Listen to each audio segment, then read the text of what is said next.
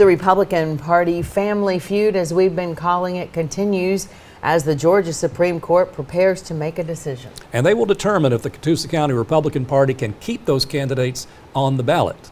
Let's find out more from Grayson Gordon. Right now, we're still waiting to hear from the Georgia Supreme Court a decision on these 4 candidates. Earlier this week, they decided not to hear oral arguments. The decision from the Georgia Supreme Court to not hear oral arguments came one day after the appellate brief was submitted Monday. It was 28 pages of legal jargon to say very little, but that's why we have attorneys. This means the Georgia Supreme Court will make their decision by looking at each side's briefs. The higher court was brought in after the Catoosa County GOP appealed past decisions.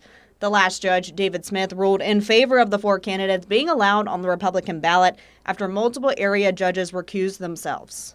They didn't want to hear the case for one reason or another. I really don't approve of that decision. I feel like they should have continued.